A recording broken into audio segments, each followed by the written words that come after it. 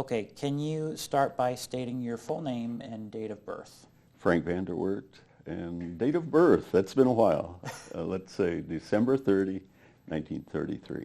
And today is November 5th, 2004. We're on the Daytona Beach campus, and it's Alex Richmond interviewing, University Archivist. Can you tell me a little bit about your childhood, your early education? Let's start with that. Okay. Born in Iowa, raised in Illinois, and attended Bradley University in Peoria, and completed a Bachelor in Business Administration. Okay. And then soon thereafter came into the Air Force as primarily as a navigator. Okay. And have enjoyed aviation and privately flew, owned my own aircraft and so on. Right. And spent 20 years in the Air Force. Most of it as a navigator, some staff positions and so on. And primarily in the aircraft that are in museums now. I'm not, but the aircraft are. Right. B-47, an old six-engine jet bomber Boeing built, Right. and the B-58 Hustler we were chatting about, right. which was a supersonic jet bomber. Right. And I lived through it and completed 20 years, so happy about that. Roughly what years was that? When did you start? When did you? Let's see, I came into the ballpark Air Force in '56 and completed the 20 years in '76. Okay. And regarding education, then I used the GI Bill and got the master's degree, and then went on and completed a doctorate in education. Where did you do those 2 degrees? Both of those were while I was in the military and shortly after Right. completing the military. And they were with Ball State University, who had a program in Europe Okay. at that time. There were quite a number of universities in Europe, and of course there was a huge U.S. population of military over there then. Do you remember what was your main research area? Did you did a thesis, obviously, for the Dissertation, they call it. Huge book report. Do you recall? Do you remember what were you studying? It's been a while. I did a study with 50 high school students in Wiesbaden American High School over, I think, a 2-month period. Right, okay. And it centered around self-esteem of young teenagers. Okay. We'll jump now and start in on why you're here, which is to talk about Embry-Riddle. I like to find out from people how you heard of Embry-Riddle, what was your first contact with us, and a little bit about your, how that evolved. Okay. Well, I was living and I guess working in Wiesbaden. I was primarily working on my doctorate by then out of the Air Force. Right. And there was a school that came over called New England Aeronautical Institute. And I started teaching some courses for them in the Wiesbaden area. And as it turned out, they were getting into some trouble somewhere along the way. I don't think it was in the aviation side, but there were some other programs they were doing. And they went away. And that was that. And yeah, then 6 months, maybe a year later, I heard that there was another aviation school in the area, and of course it was Embry-Riddle. Right. And so their headquarters was at Lindsay Air Station in Wiesbaden. And so I stopped by to see what was going on, and then it kind of went from there. Do you remember what did the base look like at the time? If you can, do you remember what your first sort of reaction was to seeing?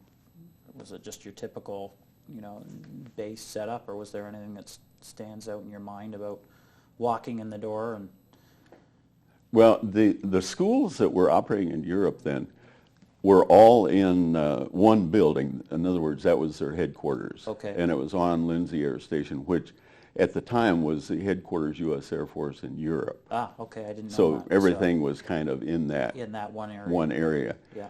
And at the start, Embry-Riddle really had a tough time. They'd offer courses and not too much was going. And it's kind of ironic because I'd go down the hall. I'd sign up to do a Riddle class, knowing full well it probably wouldn't go. I'd walk down the hall and sign up for a real class with City Colleges of Chicago. Okay. And I did this quite some times. then it started to happen that the Riddle classes went, and I had to kind of balance things out a little differently and take Riddle seriously. That was my first priority, and of course, Riddle is still there. Right. City Colleges of Chicago is long gone. Okay, now when you say, was that involvement, that was you teaching the courses or you actually taking the courses? Teaching. Teaching them, of course, because you just finished the PhD. So you were teaching for these other colleges as well then? Oh yes, I've taught for 9 different colleges through the years. That's interesting. No one's mentioned that to me, that there, of course, that you'd think that there would be competition but to Embry-Riddle, but that's the first time this has come up. Yeah. So there were other colleges competing for the students within the ones. Oh yeah. Wow. And that's all changed as the U.S. presence is phased down, of course. Sure. But there's still, I would guess, maybe four different universities over there. Interesting. Okay. And of course, Riddle has had that aviation niche through these years, which is quite prominent. We'll probably come back to this question, but the students that attended were primarily military, were they? Very few civilians, or? Primarily military, and occasionally a civilian contract worker or a civilian employee of another university. That happened on some occasions also. Okay. Can you go over the different titles that you've had and the different positions that you've filled? I mean, I know that the titles have changed over the years, but did you start as like an adjunct faculty, or can you just tell me a little bit about that? Well, really at the start you were just a hired gun. You signed up, you did one class, they paid you, and that was that. Okay. There was no permanent anything to it. It wasn't a tenure track or? Not by any stretch. And it's been that way pretty much ever since. Okay. And so that way, really, there was quite a motivation by anyone that wanted to do some teaching is to keep contacts with several universities. Okay. Because if one went down or one didn't work or the courses didn't go or something, they lost their contract, then you had another leg to stand on. Yeah, of course. And I think that probably still is prevalent today because my guess is there are a few Riddle faculty that have any retainability or benefits or things of that nature. I worked for them for I still do some work for them. And I started my first course in 1975. Good. I was going to ask you to frame the dates that we're talking. 1975. It was a course in meteorology, and I had 9 students. I've still got the roster at home. Incredible. And and it's kind of gone up and down since then. But through it all, there have been virtually no benefits. It's all adjunct. Really? Okay. And so Embry-Riddle has gotten really a good ride out of others like Steve Whalen and me and quite a number of others who really just come in and do a class because we enjoy doing it. But there's, ironically, after 29 years, I have virtually no benefits from Embry-Riddle. Oh, jeez. However, I worked 13 years for the German aircraft company, Messerschmitt Belco Bloom. And I have benefits from the German government and from MBB. All right, okay. After 13 years. And nothing very little from Riddle. Oh, kind of telling, but... yeah, well, that was one of my questions to the other people that we've had here is what was the pay like and what were the... and the reason I ask that is there's sort of been a cultural tradition here, and it probably started with Jack Hunt, that they brought in a lot of ex-military because he felt that, well, they already had a pension, so he could probably lowball the salary. I think you're close on right there.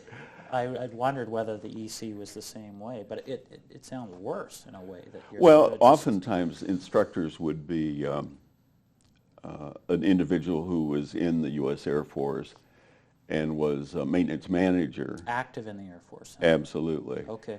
And then would do a weekend seminar or an evening class on aviation maintenance management. It was a good fit, and Riddle didn't have to support him per se, just paid him for the course, and that was that. Right. And there were some, and I'm sure there are still some, that make it their prime area of employment. but it's a little bit precarious, and you really need another income or another source of revenue. We'll probably, I have some questions here that we'll probably jump around to because you're starting to answer some of the later ones, but I think it's apt to continue on this trend. What, Okay. with that kind of setup then of how the faculty taught courses, what did that do as far as the sort of, culture of Embry-Riddle that did you feel that you belonged to anything? Did you know who the other faculty were? Do you know where I'm going with Yeah. this? Like if it was so ad hoc, Well, was there... there were faculty meetings. They were the first to go in any difficulty or exercise, whatever. But and of course there was a graduation once per each June usually, and that was a chance to get together. And then informally we would keep in touch with each other one way or the other. Mm-hmm. I agree, being geographically dispersed Right. and on different schedule, it was quite a challenge to have any cohesive Right. contact like you do here on Daytona Beach, for example, where you're all in one place. And there was no faculty senate or anything like that, like there is now for the EC? That started at a certain point, and then I knew of it, and I knew that some representatives were coming back to Daytona Beach. And then for must have been about a 10-year period, I was involved in that pretty heavily. And it was a great opportunity as they rotated other people in Right. two positions and then brought them back here. That, I think, was one of the really neat things that they've done, and they still continue to do, so that people over there do have that sense of continuity. They Right. know what's back here. Right. It's not just a postcard or a Of picture course. in the catalog. Of course. And for me, that's been quite a remarkable feature. And the result is I have quite a few friends here, and now quite often come back privately to meet friends and family and so on, as I've done this Wow. this time. Wow. So when do you think that sort of level of involvement, well, when did it start for you? You said you did it for about 10 years? I'm not sure. Yeah, you can ballpark. It's I mean, perhaps 15 years ago, something like that. so there was nothing in the like this kind of involvement would have, the Senate or a real effort in that way would have been more a 1980s type? I believe so, yeah. Okay. And as I said, it was really quite a nice feature. Sure. We were meeting most of the time then at the Treasure Island Inn. Okay. And in turn, there was an opportunity to make contact with Riddle faculty and staff from different geographical locations, and also make contacts here on campus, which Right. are so important. Right, absolutely. Okay, we'll come back to some more questions about that in a minute, but back to your own teaching. You started, your first class was meteorology. What else have you taught, and how is that? Well, at the outset, they offered pretty basic courses, and aviation history was a favorite because it was fun. You could have some fun with it, Right. and it was designed, I think, to get people involved in a program. If they liked it, they would come to another Sure. course, Sure. maybe an early management course of some sort, and would get them on the way towards an associate degree and then onward to the bachelor's degree. The Pro Aero was the primary vehicle at the time, and of course that really gave the people in the aviation field a big boost, because the fact is they got X credit hours for their AFSC, which is Air Force Specialty Code. Yeah, I'm glad you spell out the acronym. I think that's what it There stands for. are far too many acronyms Yeah. in this business. Absolutely, I agree. And there probably will be, hopefully 200 years from now, people will be listening to your interview and will be so glad that you've spelled that out. What the hell was that? Exactly. Well, a couple of things in that regard that were of particular interest to me, because it was under Russ Lewis, and I forget what time frame that was, but he was the dean at the time and during a growth period. They started the summer and winter seminar, and I don't know if Steve mentioned that or not, but they were usually held at the American Arms Hotel in Wiesbaden, a large U.S. military hotel. And they would pack them in with 35 to 40 students. Wow. And it was usually permissive TDY, so the military offered the opportunity to attend. And it was a type of course where you could do it in 5 days, aviation marketing or current problems in aviation. Still, that's incredible. 5 days of solid. Right. And they were quite successful. Students who could not get a course, maybe at some remote site, Right. would have permission to come into Wiesbaden. They had a hotel where they could stay at a relatively low cost, go downstairs in the meeting room every morning, have breakfast, go over, and there's the class. Wow. And Monday through Friday, and you've got your class, you're done. That's incredible. And I did several of those, and they were quite well received and quite successful. How would you go about preparing for that? I mean, would they have to read ahead of time so that there was a sense of they at least Absolutely. have a background? And in particular with the marketing course, then there was a student presentation because that would be a reasonable expectation in a marketing course. Sure. And it had to be a course where there was enough material where you could vary the stimulus and really make it an interesting week. Sure. Otherwise, they'd be probably just... You don't do advanced trigonometry Of on a course. seminar. I sure as hell couldn't. Yeah, you and me both. So, let me see. The teaching aspect of this again. When you first started with the meteorology class, how long? You mentioned that you've done courses for other colleges and universities. Were you pretty much new to teaching at that time, or how much teaching had you done before? I did some instructing in the military environment and training, but and then of course with New England Aeronautical Institute, right, before they went away, and then really with Embry-Riddle is where the university teaching came into play, and with other universities along the way. So you'd at least you weren't walking in all nervous your first day wondering if you could... Well, it's always a challenge. Yes. And each group is different. And Yes. believe me, they'll test, That's and you very need to keep true. a step ahead. That's very true. The 5-day seminar, you really have to be prepared. And that was quite a challenge. But it went well. I should mention one other thing. It was kind of a pet of mine. Please.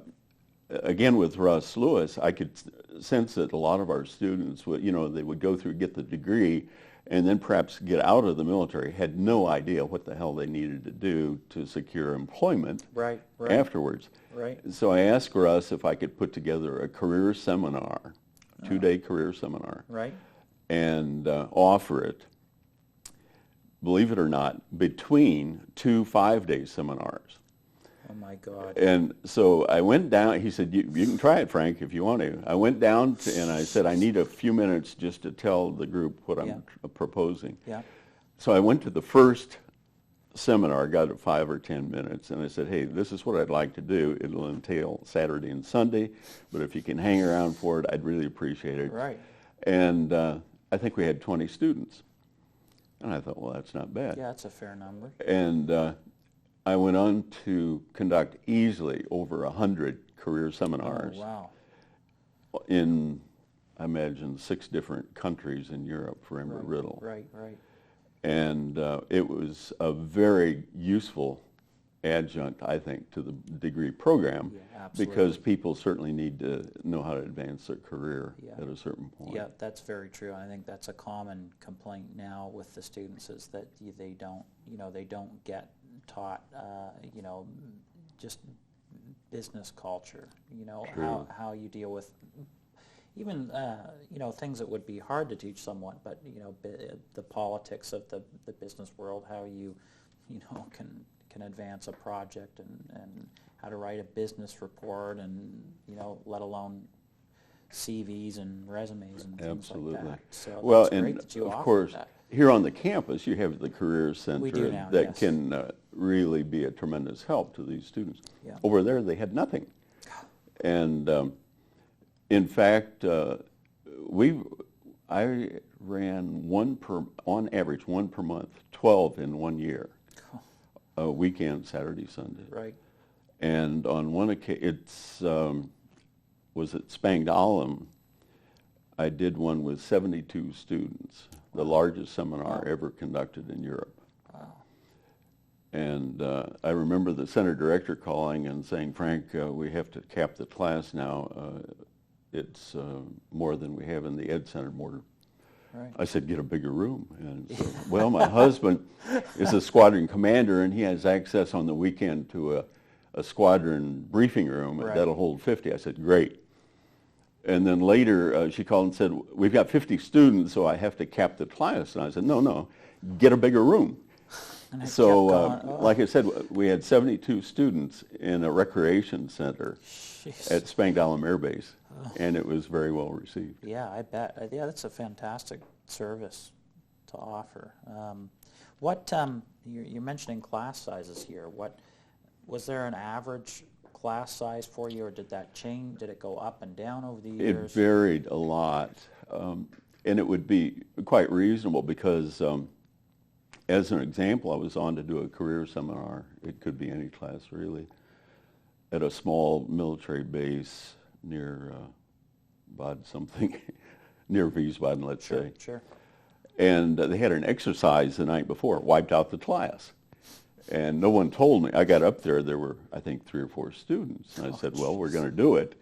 Right. And that's just the way it is. You honor the commitment, but occasionally if a military exercise is called, then you have to be flexible. Well, or people, if they're deployed, right? I mean, right. You've been teaching through some interesting political times. The late 70s with the hostage crisis, and then obviously the change in troop count with the fall of the Berlin Wall, and a lot of the bases closed in the last. I did while. one career seminar at Tempelhof, famous historic airfield. And of course that's now the walls come down, and that's not quite so critical. But I did some courses in Hungary.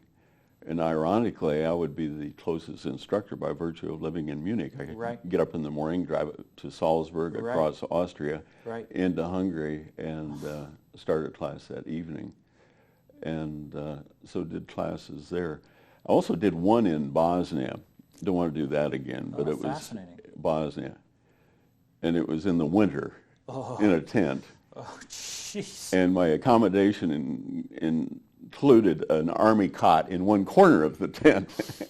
Now, how was that organized? They were just troops deployed there? And I had to drive up to Ramstein, take everything with me that I thought I could use. That was tough, because there was no training aid at all available. And then fly in on a C-130 transport aircraft. And then spent, I think, 3 weeks there. And then pack up and leave my cot in the tent and get on the 130 and come home. How is the semester set up? How long would the average course run for? Actually, they tried to be flexible to accommodate the military members that were primarily the students. So quite often, if it was a weekend seminar, then there would be 3 weekends, a Saturday, Sunday, a break so they could have a break and do coursework, a Saturday, Sunday, then a break, and a Saturday, Sunday. Okay, interesting. So there were different delivery methods. Of course, the 5-day seminar that we've mentioned. And they would have a traditional term schedule where maybe it's a Monday evening class on X weeks. And I'm not really current on how those worked out. It was more of an administrative function, and of course the center director would say, Frank, this is the schedule, and can you do it? And then I would say yay or nay. What was your sort of 7-day week like then? If there were classes on the weekend and occasionally in the evening, what were you doing was there a lot of prep work time, or did you have another career on the go? Tell me a little bit about your... Well, the preparation is a good point, because that's labor intensive like hell. I know very on a well. first course. I know very well. Now, if you've done it 10 times, or if it's a career seminar that I've done 99 times, but the first time, you just pack it up and you're ready to go. But the first time, it's a challenge, and requires a lot of attention, and you pay yourself about a nickel an hour on that one. Works out. Later on, you might make a little bit of a profit. Right. Another thing regarding classes and schedules, at a certain point, the headquarters was still at Wiesbaden in Lindsay Air Station. The master's degree program was going to be launched over there, and the first course was held at Ramstein Air Base, which was one of the main bases there. And I was on to do the first class, current problems in aviation. Mm-hmm. Absolutely zero for course support. It was fortunately an evening class, so all I had to do was try to cobble together 4 hours of coursework. Right, right. But you can tell there was a pent-up demand for the MAS, Master in Aeronautical Science. Right. 52 people signed up. Oh my God. And so I said, the first job is we got to split this into 2 evenings. Right. So I had 2 sections really, of around 25 each, which was manageable. That's still a lot for a graduate. It was for a first course, and for a course for which there was zero in terms of support. My graduate seminars were 4 or 5 people, and my background is history. So, well, that was... You're telling me 50, my God. Yeah. That was a peak, and it leveled out as the program matured.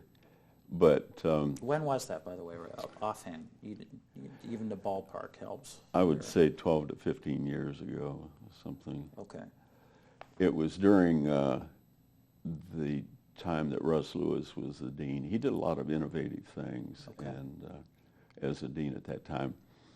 And the master's program, different scale, of course, now, but is still existing. At that time, there were something like 45 sites in Europe. Wow. Embry-Riddle sites in Europe. Wow. I'm not sure what it is now, but it's not 45. Right, in other words, and logically, the numbers right. came down due to the drawdown of U.S. military presence. Where would you travel around? What was your circuit out of that many sites? Wherever they needed me. Well, they had a base up in Holland, Soesterberg Air Base. And for Munich, that's a pretty good haul for a weekend seminar. But and at that time, I was already working for Messerschmitt Bellco Bloom, so I would do a weekend seminar in Soesterberg, 9 to 5, Saturday, Sunday, pack up and drive back to Munich, and then go to work in the morning.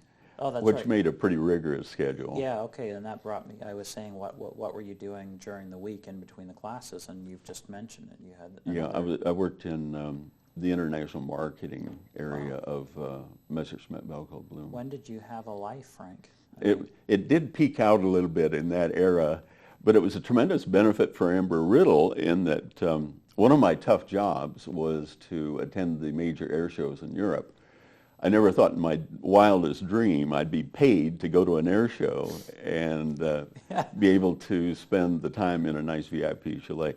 In turn, I was able to get a lot of Embry-Riddle students into the chalet where they could watch the air show in comfort, have a nice luncheon, meet some heavy hitters, and really benefit from an air show from the inside versus just being one of the throng of people out there that are looking for a toilet and a hot dog that costs $5, I guess. How many years were you able to, did you sort of have that type of? Quite some, around 13 years. Wow. Wow. And there were 3, at the time there were 3 major air shows in Europe, Paris and Farnborough. Then the wall came down, and then Farnborough moved to Berlin, where it is now held. Right. And the other is mentioned Farnborough in southwest of London, and that's a major air show as well. So back to the traveling around then, is it fair to say it was mostly within Germany or? Mostly within Germany. I did a couple courses in England, and Holland, of course, was in Bosnia, Hungary. Wow. Maybe a few other places I've forgotten about. Spain, we had a program in Spain for a period of time. When you would teach in England, how would that work? Would you fly over there and then go back to your job during the week? I mean, wow. I did one career seminar in England, and tremendous effort to get orders cut for me to prepare, pack, and with a little discipline so I could lug this stuff around and get to the base. I think it was Lakenheath, and walked into the Ed Center that Friday afternoon just to meet the center director and see what was going to happen. And well, it's a bit difficult, but we only have 4 students. And believe me, I was, to say irritated was You'd a little come more all than, that way. well, that was modest. And I said, well, do you have a list of your students and phone numbers? And she said, what for? Real help. I said, well, I want to call them. And said, well, there won't be anybody there. It's Friday afternoon. I said, well, let's try it. Try it, yeah. So I called one by one, and I started cold, and introduced myself, and said I'm here to do a career seminar, and appreciated it. And I got the dumbest damn responses from some. Well, could you come back next weekend? My dog has a birthday or some stupid thing. I said, you get your butt in here this weekend, or you aren't going to have a program over here. Yeah. Oh, and I had 28 students the next day. From 4. Yeah. Oh my. But they were so casual about it, and the center director, I walked around the base, there was nothing in terms of marketing. Well, you've got to tell people what's going to happen. Sure, otherwise, if you go to all this effort and nothing comes of it. So that was kind of tricky business, and but it worked, and I got on the plane and came home. Okay, you mentioned the Senate directors. Can you tell me a little bit about how the EC was set up organizationally? You mentioned that there was a dean, Russ Lewis. Mm-hmm. What was the title? Dean, I mean, there's so many deans now. Dean of what, do you remember? European program, I guess. So he was in charge of He was the key person. There were a couple others that were involved as kind of his support team. Bill March from the campus here was in Europe for I would estimate maybe a year when we launched the master's program. What was his title at the time? I'm not sure about the title per se, but really he was the person that was in charge of organizing and developing the master's program in Europe. And then once that seemed to be underway and pretty smooth, he came back and of course is still here on the campus. Right.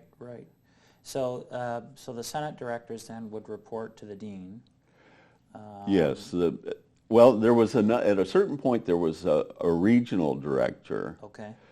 That, in fact, I was a regional director for about 18 months before I went down to Messerschmitt. Another question I had for you is, were you ever in the administration? Yes, that was about 18 months, I believe, something of that nature. Wow, okay.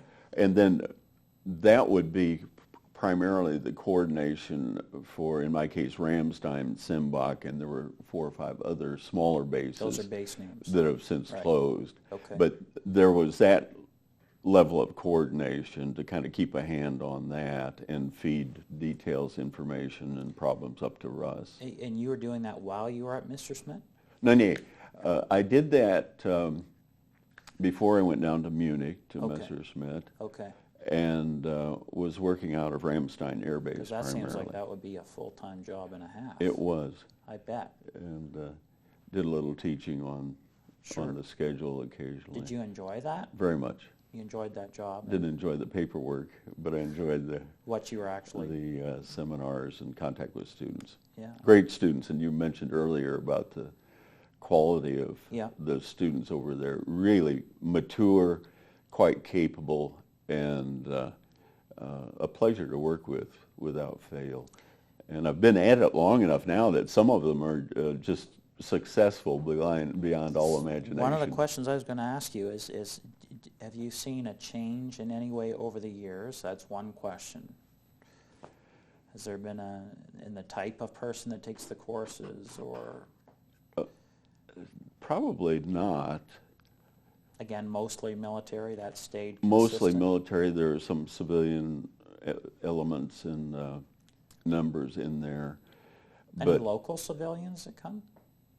no, because they, especially with security as it is now, they would need access to the base. And I guess why would they when they've got their own? And so that's kind of limited. Now, there would be no problem with a spouse or a civilian contractor working on a base, of course, has access, and Right. oftentimes they're involved in a class and make a good contribution as well. It's boring as dirt to have a seminar when everyone is an F-16 pilot, honest to God, and I've had that happen.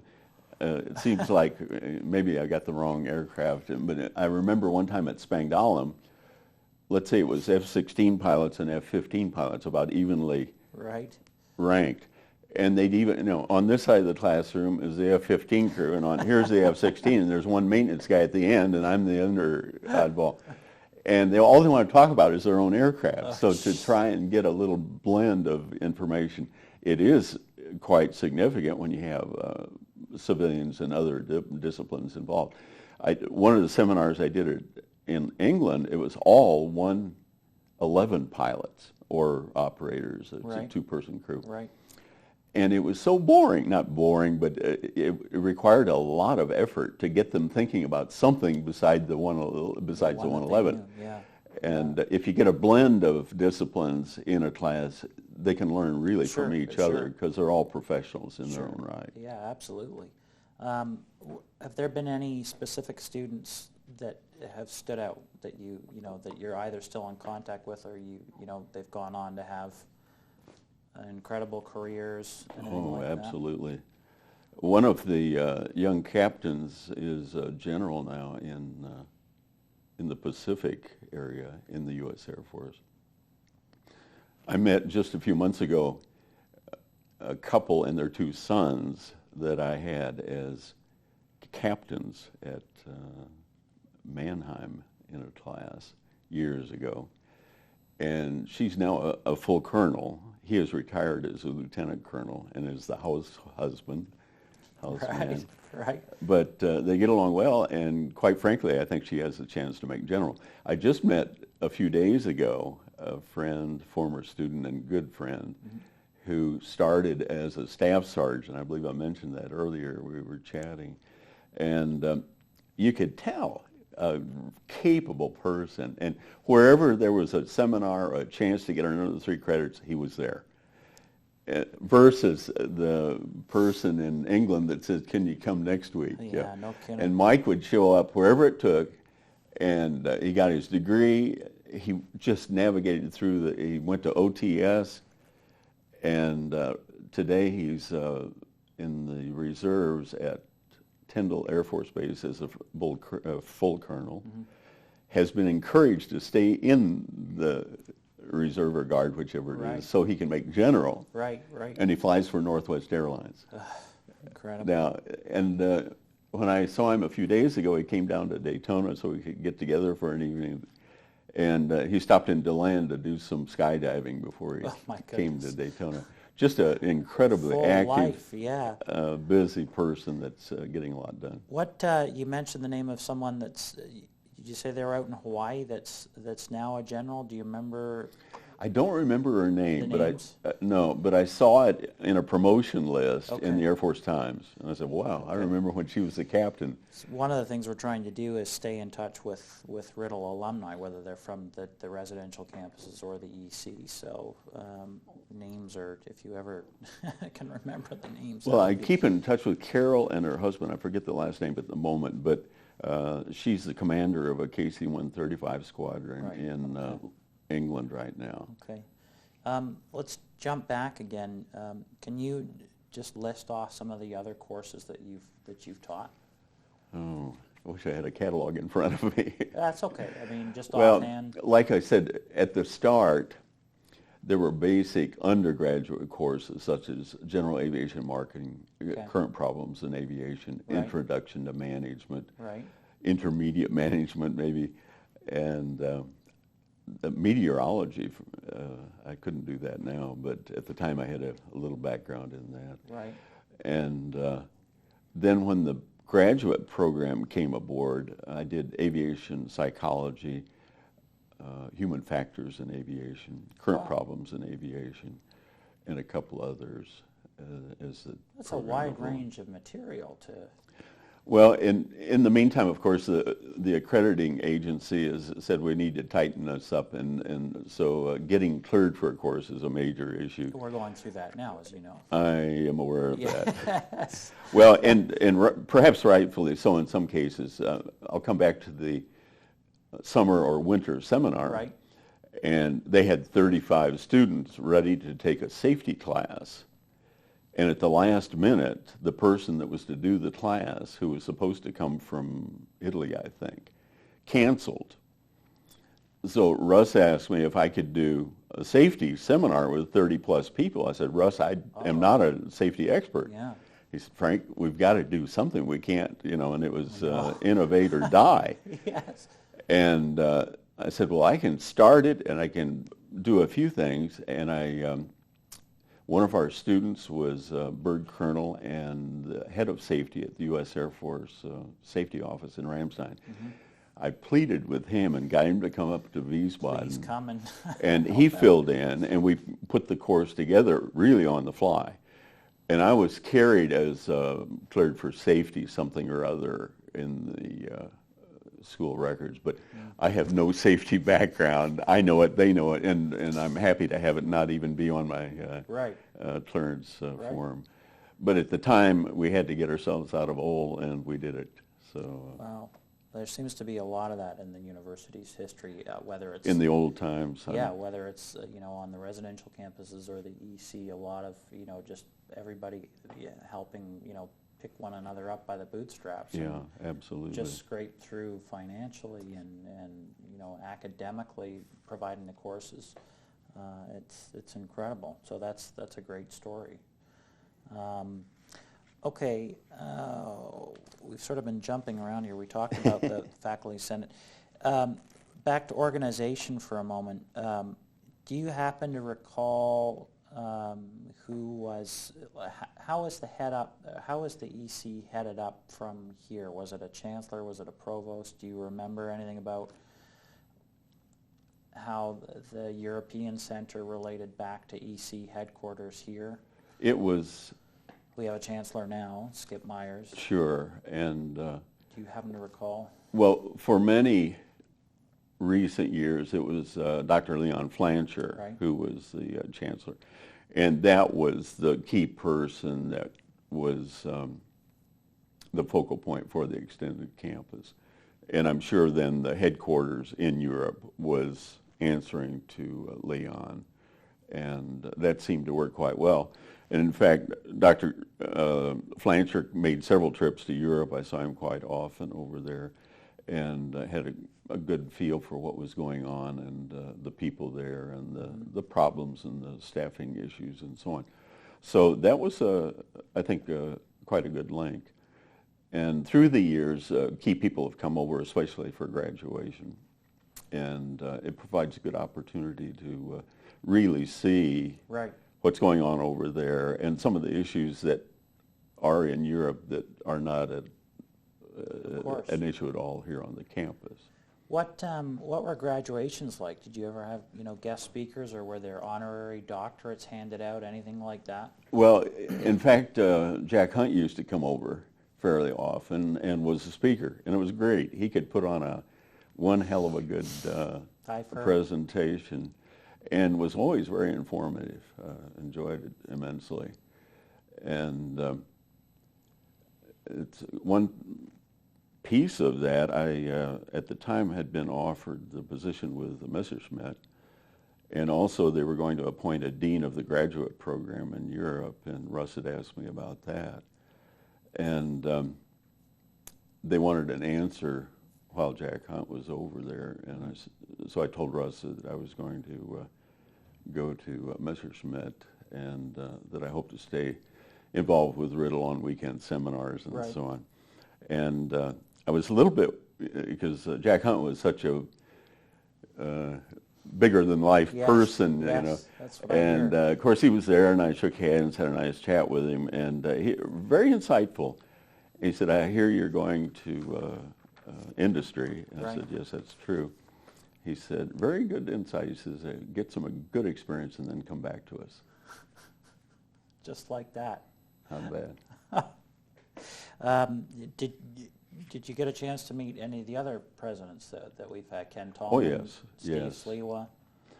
Absolutely. Do you have any reminiscences about meeting Well, let's them, see. I'll stay with Jack Hunt for just a moment, Yeah, because sure, I know he please. was over there for a graduation, and he became ill while he was That's in right. Wiesbaden. He That's was right. in the U.S. Air Force Hospital Yeah. in Wiesbaden. They air vac him back, I recall, and he died soon. That's right. Soon afterwards. Then the next was Tallman Ken was Tallman. over several times. I recall an alumni meeting at a guest house one evening where he was the principal speaker, of course, All right. and enjoyed that. There were perhaps 50 people in the guest house, and he was the speaker for that evening. Then Sliwa made, must have been several trips over. I know on one occasion he presented me one of those awards for excellence or whatever it was for the career seminar, as a matter of Right, fact. right. I was going to ask you what it was for. And That's great. that was quite nice. I still have a picture of that framed in my office at home. Right. Then, yeah, Dr. Ebbs has been over on a couple of occasions, I know. So there's been pretty good contact, and that's important for the people in Europe. Yeah, I mean, that's what I was asking you before about the, a feeling of belonging to Embry-Riddle as a whole. There have been a lot of changes since over your years with us, getting the Prescott campus. Yes. I know there was a lot of talk about the EC basically providing the cash to allow Well, us to when you're a migrant worker, I mean a hired hand out there just doing the courses, but we had very little overhead. We didn't need a swimming pool or a chapel. Right, right. Or a fully stocked library. Right. And librarian, and we get good support from the library, I should say. But the U.S. military provided the classrooms, such as they were. In Right. Bosnia, it was a tent, for God's Yeah, sake, you in the were winter, mentioning, that's very right. drafty. And don't let the heater run out of oil or you freeze all night. Freeze to death. And but the overhead was and still is, I expect, quite low. And during those early years, we were running good numbers, so I'm sure we were maybe looked at as a cash cow, so to speak. Right. But the benefits have started to accrue where, in fact, staff, faculty are rotated back on a basis so they can attend a faculty meeting or a Senate meeting in these different sessions. Very important and very helpful. Prior to that, I was coming back here on my own, at my own expense, just to Really? see what was back here and meet a few friends and Yeah. take part Yeah. in some activities. One other thing that comes to mind quickly before I forget, and that was Yeah. Riddle came over on one occasion for a graduation, and in fact Point. was video filmed. I think Steve Whalen and a couple others were involved in video filming him. I don't know if that film still exists. And I was helping with the graduation. It was at Rhein-Main Air Base near Frankfurt at the Officers Club. And we were kind of lined up, and, the graduates would come by and shake hands and so on. And I thought Riddle was a pretty clever guy, because I'm just shaking hands and say congratulations. And I look over, some woman comes by, he's kissing the girls, And I thought, this guy's not so shabby. He's, He was famous for that over his really? life. So, yes, very Well, much everyone so. liked him. He was had a great time and told some fantastic stories about the early days Yeah, of the early days aviation. of yeah, absolutely. That's very true with him. To change gears here, one of the I guess advents in academia over the years is this whole publisher perish type mentality that's evolved, and Riddle now is trying to go much more towards research and whatnot, and having the faculty be good teachers, but also be researching. Over your career with us, have you been able to mix in your own outside work as a consultant, or with Mr. Smith, with the teaching that you've done? Have you been able to blend that in a way? Well, you bring up an interesting point, because that's been publish or perish has been a phrase that's pretty widely used in the academic world. And I always thought that it was useful for our students to also get published. Absolutely. And what I did at a certain point was get to know a person who was editor of Air Scoop, a safety magazine published at Ramstein Air Base. And basically said, hey, I've got some great students. They've been there and done it, and they're the operators of the stuff that. Right. And what would you be looking for in an article? And basically, I made that one of the options in all of my classes, among writing a course paper and write for publication. It didn't have to be published. I had to see the cover letter that they were going to submit it. They would send to Air Scoop, typically, and a copy of the article. If they got published, fine. If they didn't, they got credit for the writing activity for that class. And there were some occasions when virtually all of that magazine was published or written by students of mine. Wow. Now, in fact, I sent some samples of that back to Dr. Flancher some years ago. Sure.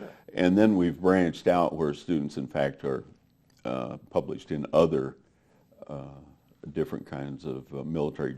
The Army has a journal, and I had a helicopter pilot that was published in there. Mm-hmm.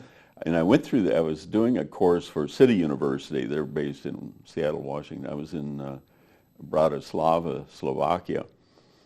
And I thought, well, what the hell? So I went through my pitch on writing for publication. I had no idea what these young people, MBA program, what they had access to in Bratislava.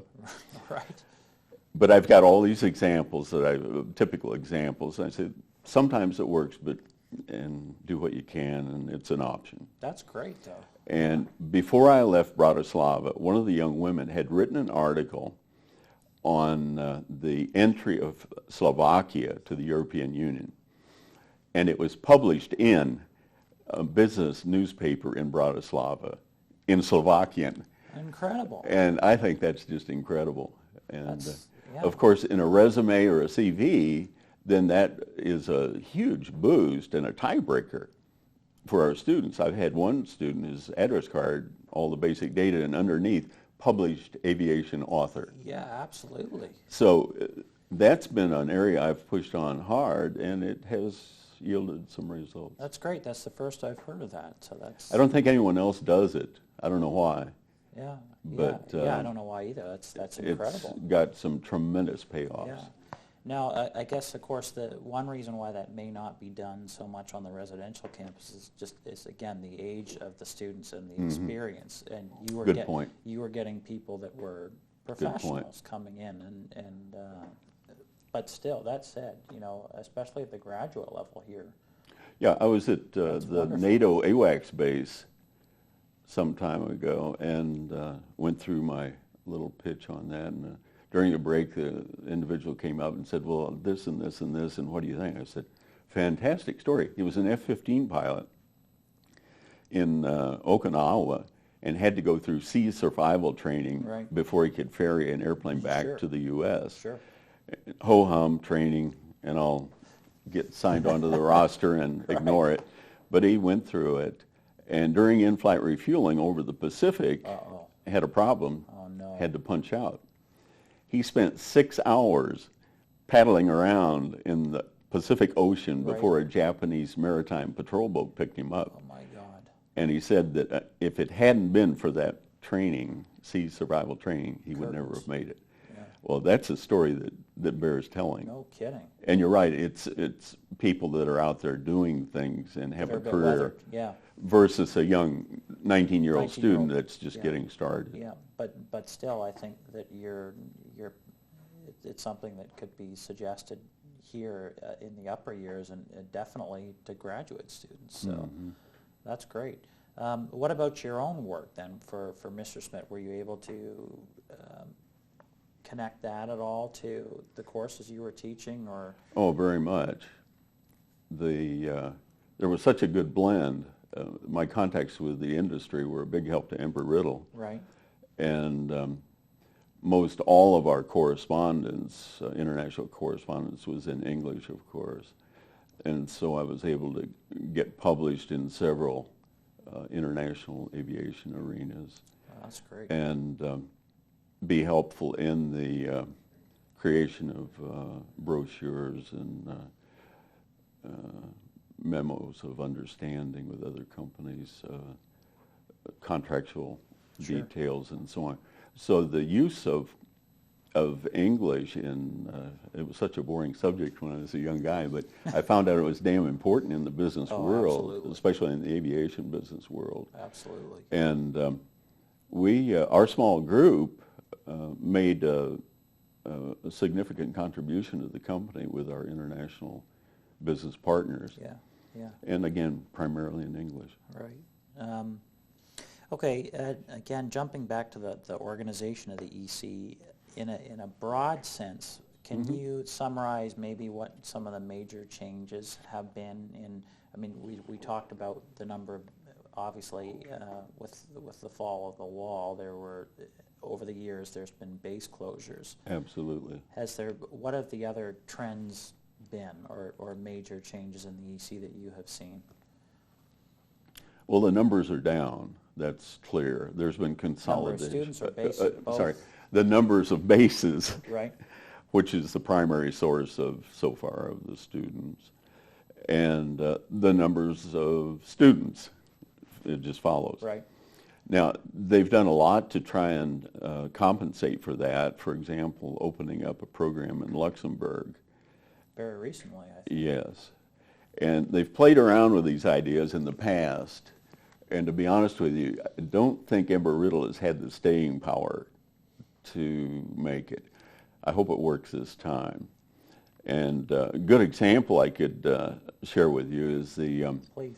program that was slowly developed that was offered to the civilian side of the community. Right. And it was conducted in the Terminal 2 of the Frankfurt Flughafen. And I did one course in the program. It was a master's degree program. International students, a few were U.S., just happened to be, but otherwise international students. But it was not administered very effectively. And the students didn't like it. They were treated like an appendage and kind of an add-on, and we like your money, but, you know. Can you specifically, like, give me some example when you say it wasn't administered very well? Well, they didn't get grades on time. If they needed books, they didn't get books on time. It was just pure administrative things that should have been taken care of. So the school didn't get that front-loaded in a good way so they could take care of these students. And they were very demanding students. They were paying a lot, and they wanted good service. Sure, of course. And expected it. Didn't happen. And I was back here at a Senate meeting on one occasion. Two of the students co-wrote a letter to the president, Sliwa at the time, and bitched like hell about the program. Yeah, you could see Well, of course, it came down the track, and then Leon had it, and then pretty soon I was called in, and a couple others from the European program. What's going on, and what can we do, and so on. And the result was, I think Dr. Flancher came to Europe sometime later. He met with the students in Frankfurt, and the result was he pulled the plug. There would be a teach-out. Nobody would suffer. They would all get their degree, but there would be no new students brought in, and the program was shut down. And basically he said, we'll start it up again maybe sometime later. Now, the irony of it is, one of the co-signers of that letter complaining is the vice president of contracts at Cargolux, and Lucian has been instrumental and a significant person in liaising to get started here or there in Luxembourg. Luxembourg, isn't that interesting? So he was complaining, rightfully so. He's not a bad guy. I helped with his GRP. Right. But he's quite a significant leader of cargo lux. And the other is flying for cargo lux as a pilot, and quite capable people. It was just something that should have been taken care of. Sure. But Riddle went defensive, and the best was just shut down the store and go home. And now, do you know? We're going to have to change tapes. Change tapes? Okay. Hold that thought right there, and we're talking to him. Okay, we were talking about the closure of the program. What I was going to ask is, do you have any idea of why they decided to shut it down? Why did Leon decide, instead of trying to correct those problems and get the books on time, get the things graded, why shut it down? I'm not sure, and I was sort of an outsider in a way, not Do you have any idea? Administrative insider. I saw the letter, and I know that Lucian and another guys signed it, and the class seemed to have been behind it. And, it's just a legitimate complaint that should have been addressed. Right. And I think Leon probably saw branching into the civilian side at that time as more than Embry-Riddle could digest or take on effectively. And it probably was a good decision at that time. But now, in the meantime, there's been a huge drawdown in the U.S. military presence. The market has gone away. There are less schools over there. Embry-Riddle still has their contract. But they're having to look at other markets now in a real way, not just as an add-on. And that's why I say I hope this Luxembourg effort does work. Yeah. And they have some success in branching out with civilian proposals. And forgive me for asking what may be the obvious. I'm still learning how the EC is set up myself. How many non-military centers are there in Europe? And I mean, like in the 80s, there were obviously a lot more bases. Were there more of these civilian type centers like at the airport or Flughafen, as it's called? Not that I know of. Now, there was a program in Madrid that was started at a certain point, and largely a master's degree program. That was held in some elegant facilities just off the Madrid airport in a simulator classroom environment. Interesting. Quite nice. Across the street was a hotel, crew hotel, but full service. Mm-hmm. And they were students from the aviation arena in that Madrid catchment area. I think I had one Portuguese student that was in there. And it was quite a dynamic group. I recall 12, 15 students in the class I did. But again, kind of a funny twist on things. The program was in Madrid, that's in Europe, and I was the only European faculty member to teach there. In fact, so people from here were coming over? People from Daytona, the U.S., were eager to come to Madrid for a... Oh, of course. And so Alan was over there. In fact, he was in the classroom next to me and arrived a day late due to some difficulty. For our viewers, we're talking about Dr. Alan Bender. Yeah, and I had to cover for him that one evening and then jump over to my class. And why was that? I don't know. But I do know that I was the only European faculty member that was invited to participate in the program at Madrid. Now, to me, flying someone from California to Madrid is a lot more complicated than flying someone from Frankfurt down to Madrid. Don't ask me why. You'd have a hard time with anyone arguing at that point. So. And if the overhead goes up, it certainly does when you start flying people around the world that way versus in Europe. Whenabouts was that, you remember? It hasn't been that long ago. Mid-90s? Bob Hall was number 2 under Leon Flancher at the time. And what was his title, do you know? I don't recall, but Would he was been a dean or something, or? probably. Okay, everybody's a dean. So. Sounds good. And there's another case of some difficulties that can occur when you've got dispersed programs, because I was the last to know that I was scheduled to give this to do this course. My goodness. And I was talking with the dean at Ramstein at the European office on something, and I made a comment that sounded strange to him. And he said, well, you're supposed to be in Madrid on such and such time, aren't you, to do a class? I said, I didn't. Because he was not in Europe in line to make the decisions regarding faculty in the program. So I called Bob and I said, I understand. He said, yeah, that's right. Didn't anyone tell you? I said, no. And it was like in 6 or 7 days I'm supposed to be in Madrid. Oh my goodness. And so I called a travel agent, and she went through a day of hell trying to get me down back and forth to Madrid 3 different weekends as needed. And it worked, but it was a little bit of brinkmanship.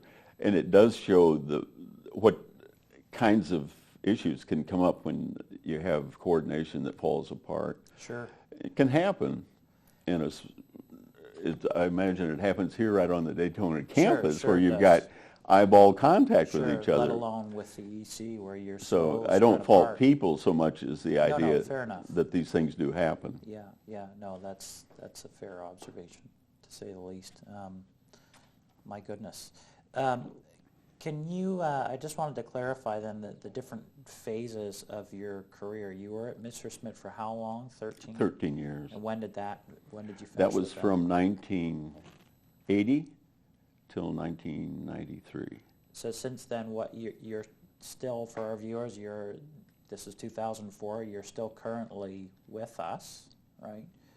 What have you been doing besides working for us since then? Well, Or is that a long list? I stay fairly busy, strange enough. I don't know how I found time to do a real job or a regular job. Actually, at the moment, I'm doing quite a few courses for the Munich Business College, and that's just a 20-minute S-Bahn ride from my home. From your home? And a lot of fun. Young international students. It doesn't have an aviation focus, my first love, but on the other hand, it's quite a challenge with especially young students now from Russia. Right. Tremendous influx of students from there. I have 3 courses going on right now with students from Germany, Russia, Bulgaria, Estonia, France, Italy. What do you teach? English? No, say again. What language do you It's teach? in English. In English. Which is recognized as an international language. So they're quite good in English as a second language, and probably will be the competition for young Embry-Riddle students later on. And they're good. Yeah. They're really good. What's your own language proficiency like? Have you picked up German over the years, or did you? Well, enough to be in a danger to myself. Yeah, I get along in German okay, but and I married a German woman some years ago, and she won't speak English with me, so we do have some difficulties on occasion So as we negotiate that. Over the years, then, obviously, you've really formed roots in Europe, and that's your home. And It is so far. I do like the lifestyle in Munich. It's right. It's a very highly regarded city for quality of life. Right. And I'm not too fond of winters. Skiers are. They like it. But I've always thought that any sport where there's an ambulance waiting for you at the bottom of the hill, that's suspect. So that's right. But at that time of the year, I usually head for Spain for a little breather. But How many courses then are you doing now currently for us? What's your involvement today? well, with them? that's an interesting question, because went through a little bit of the accreditation issue, and then that was like a big wave that rolled through some years ago. Right. And I said, yeah, okay, what is it we need to do? I'd like to stay engaged here. And so on December 7th of last year, I submitted a package to teach a class that I've already done 23 times with over 500 students. And in coordination with the center director at Giebelstadt, he thought that was a good course to submit for. It's been in the pipeline for almost a year and still hasn't come to resolution. Oh, jeez. So that to me, again, says administratively, some things are just slow. Yeah, yeah. And the Munich Business College, they're a lot more innovative, fleet-footed, get the job done. So we know where the attraction is. And they'll beat the socks off our graduates in the international arena. Here's a delicate question for you, and you feel free to dodge it if you'd like. We've been talking about accreditation. There is a definite split between people that have PhDs in a specific discipline, and not just the EC, but we're talking at Prescott and Daytona Beach as well, versus people that just have master's level degrees or people that have not even that. And with accreditation, there's been a lot of issues within the EC as far as how should the administration be dealing with the different cultures, the new need to have more PhDs versus people that maybe have 30 years good, valuable experience to translate to their students. How do you fit in on that? That's a delicate issue. I'm well aware of that.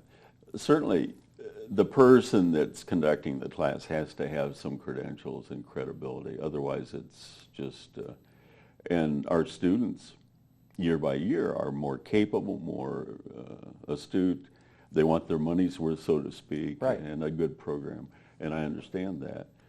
So, yeah, then the accreditation comes in with their viewpoint.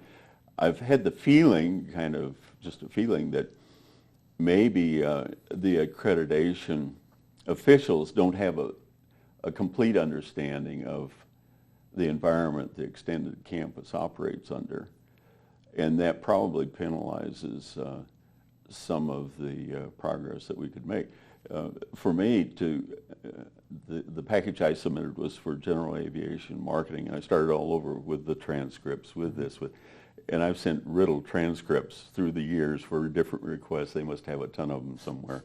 But I did it again, and there were 8 attachments, and it was to conduct general aviation marketing.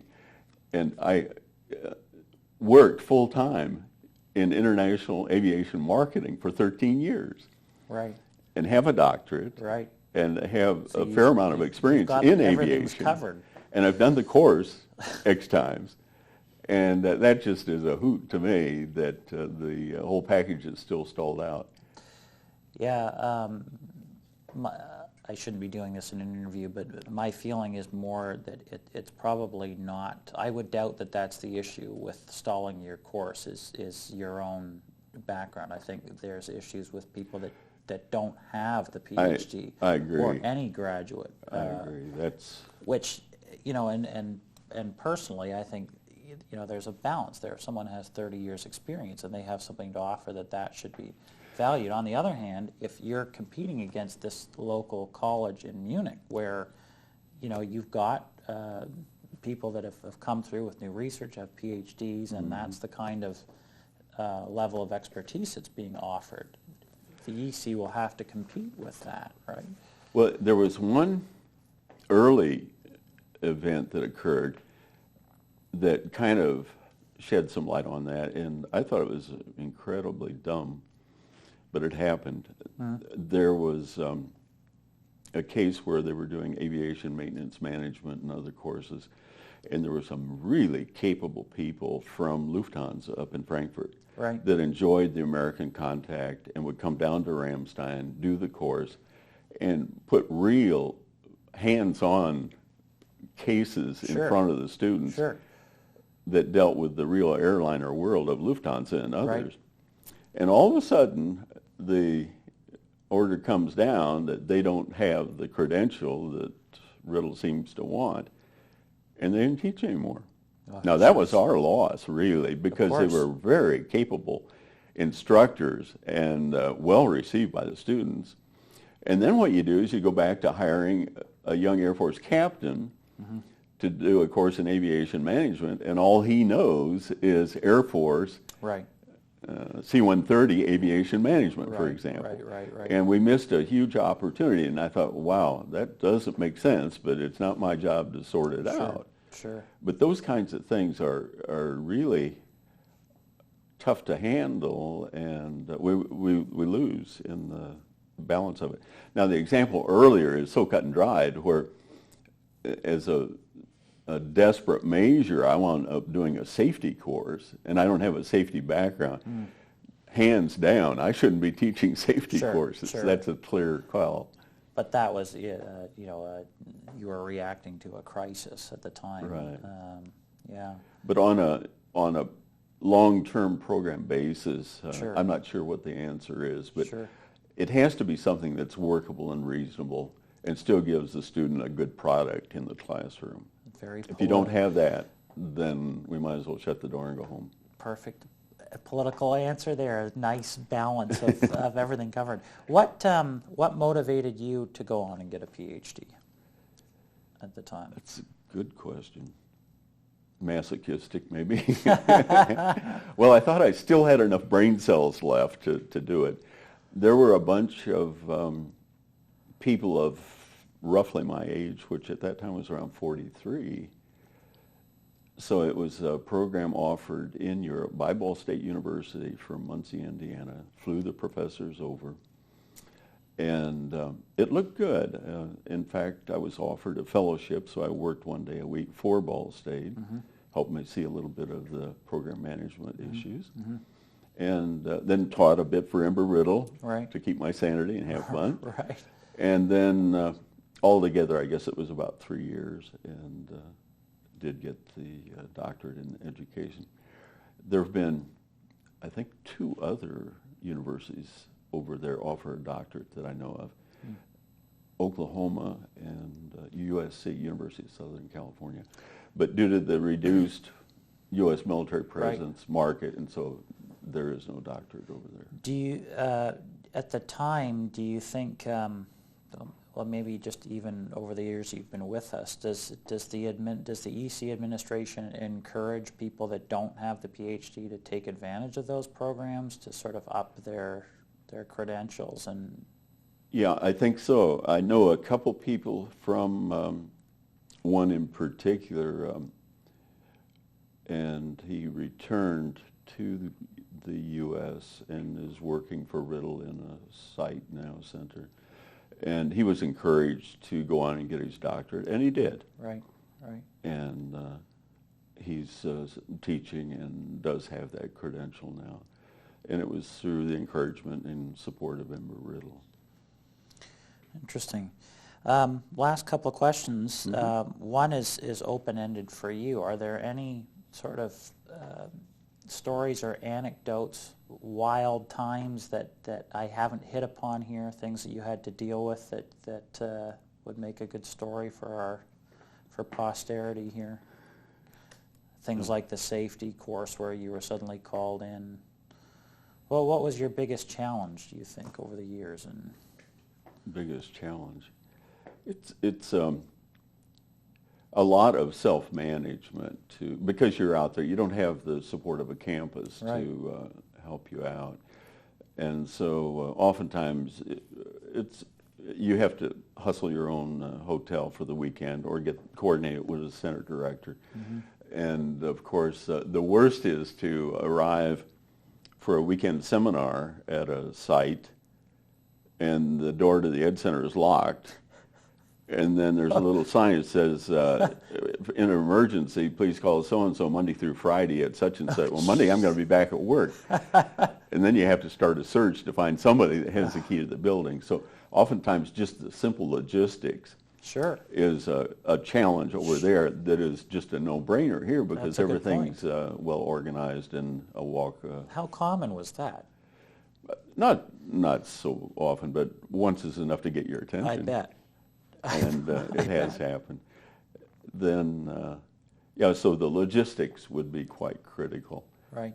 in a dispersed environment like that. Right. And it'll be more so as they expand, let's say, to Luxembourg and perhaps in further east as times change. Sure. So that's going to require some very flexible people who can plan and look ahead and see how to not get caught with these kinds of problems. Textbooks Yeah. can be a problem. Good point. I remember when we started the master's program, they had one textbook for the instructor, and they didn't come in. I was once a week driving up to Wiesbaden and photocopying X chapters Right.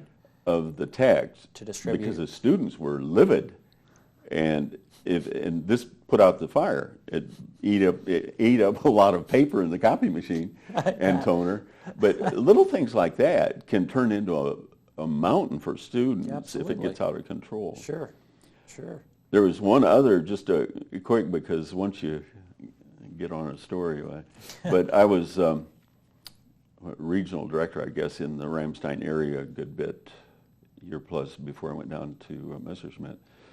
And the campus sent an instructor over to do a course in aircraft systems, I think, or something like that. Right. And so then the logistics of getting that person a hotel, transportation, clearance on the base, just those simple things, that's Yeah. important. And so I'm there in the Ed Center when the class is to start that morning and had the textbooks available and so on. And the class was underway and I was just idling and thought I'd hang around to the first break. The students came out just in the ceiling and angry like hell, and they were going to all disenroll. They didn't want to take the class. I said, Jesus, what's going on? And he was teaching aircraft systems. I think it must have been for the Wright Flyer, for God's sake. Now, here are young pilots that are used to state-of-the-art aircraft systems, Right. and they sent us some guy over there that's probably just pre-retirement, a nice trip to Europe, wonderful. But he was teaching systems that were in the history book and nothing current for these students. Finally, I think we canceled the class and sent the guy home. It didn't work. My goodness.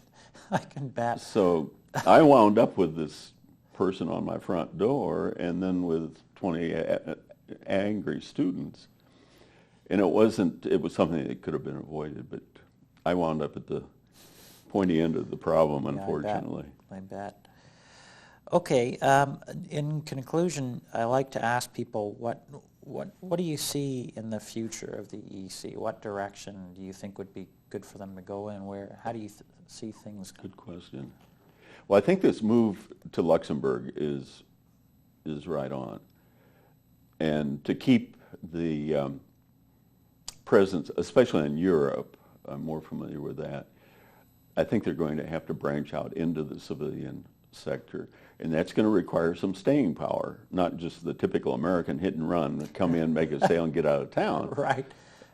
There has to be some long-term commitment to it, and it'll require some upfront funding, for sure.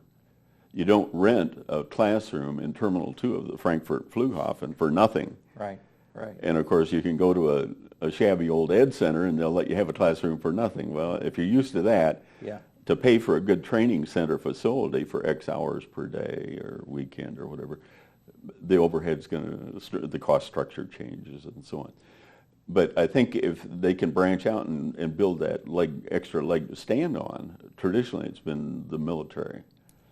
But I think that'll give them a longer-term presence in Europe, which is good. I'm very impressed with the MSTM. Help me out. That stands for Master of Science in Technical Management, I believe.